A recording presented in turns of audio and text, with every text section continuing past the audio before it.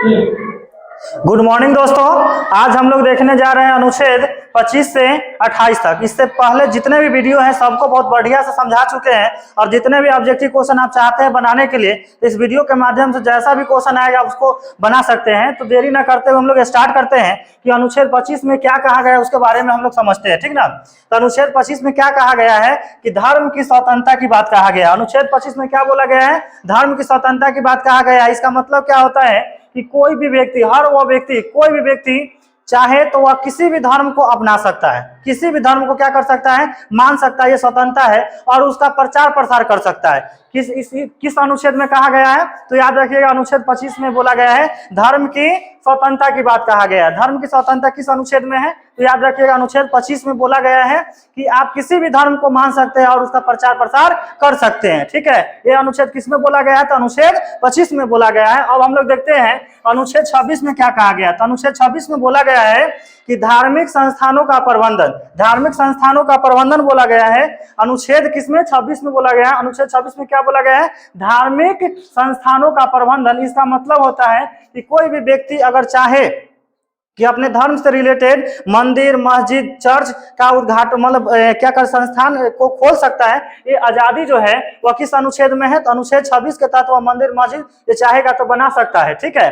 अब हम लोग चलते हैं अनुच्छेद 27 के तहत। इसमें एक और बात हम लोग देख लेते हैं कि अनुच्छेद 26 धार्मिक संस्थानों का बोले कि जो भी मंदिर, मस्जिद, जो चर्च होता है उसकी संस्थान को खोल सकता है। इस बात को बोला गया अनुच्छेद 26 में। और इसमें एक और ये भी बात बोला गया है कि अगर कोई व्यक्ति चाहे तो वह अगर मान लीजिए जो भी मतलब कि पैसा जमा करता है उसको कैसे किस तरह से अच्छा से रख सकता है, इसमें भी उसकी आजादी है, ठीक ना। किसमें? अनुच्छेद 26 में। अब हम लोग चलते हैं अनुच्छेद 27 में कि अनुच्छेद 27 में क्या कहा गया है। इसमें बोला है कि धार्मिक कर से संरक्षण। धार्मिक कर से संरक्षण इसका मतलब होता है कि धर्म के लिए जो भी पैसा जो इकट्ठा जो दिया जाता है तो उसमें जो होता है सरकार जो है उस पर टैक्स नहीं लेगा। टैक्स मतलब कर फ्री रहेगा।